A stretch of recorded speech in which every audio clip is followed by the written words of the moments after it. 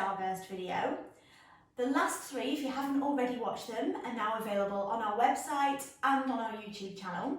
Please try and watch them in order because it does help. However, with this one, we're going to take it into the world of ballroom. So again, just to remind you, nothing specialist, nothing high-end professional, just basic, easy techniques to improve your dancing.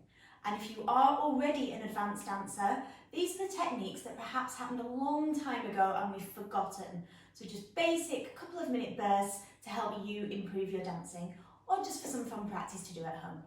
So I wanted to take the waltz step. We've called this section out of the box because, let's face it, when we all learn to waltz, the first thing that we're taught to do is a boxing action. So as we know, waltz is danced in 3 steps. If we just pan to the feet, it is step, side, close, back, side, close. We make a square or a box action. Ladies, obviously do that the other way around, so you would start backwards. Now, what I wanted to do is just think about the waltz. The waltz is from the ballroom world. It goes round the floor. These dances were created in a time when people had great big ballrooms to fill. So we need a dance that travels, and this does not get us very far. So what we want to do is create a travelling action. And yes, of course, we know lots of steps, chassés, spins, things that are going to take us down the floor. But how do we get that box to make us travel? And the answer is really simple. We could just alternate the feet.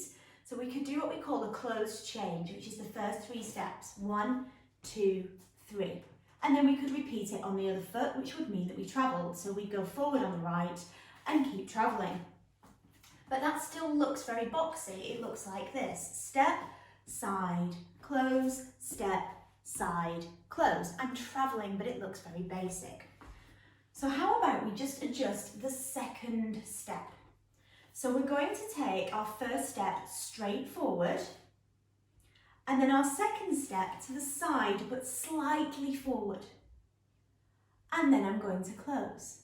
And then if I wanted to repeat it, forward on the right foot, second step to the side and slightly forward, and then I'm going to close. Now, we're not doing any footwork yet, but what that does is create just a little angled waltz that just looks that little bit less boxy and allows us to now start adding some shape.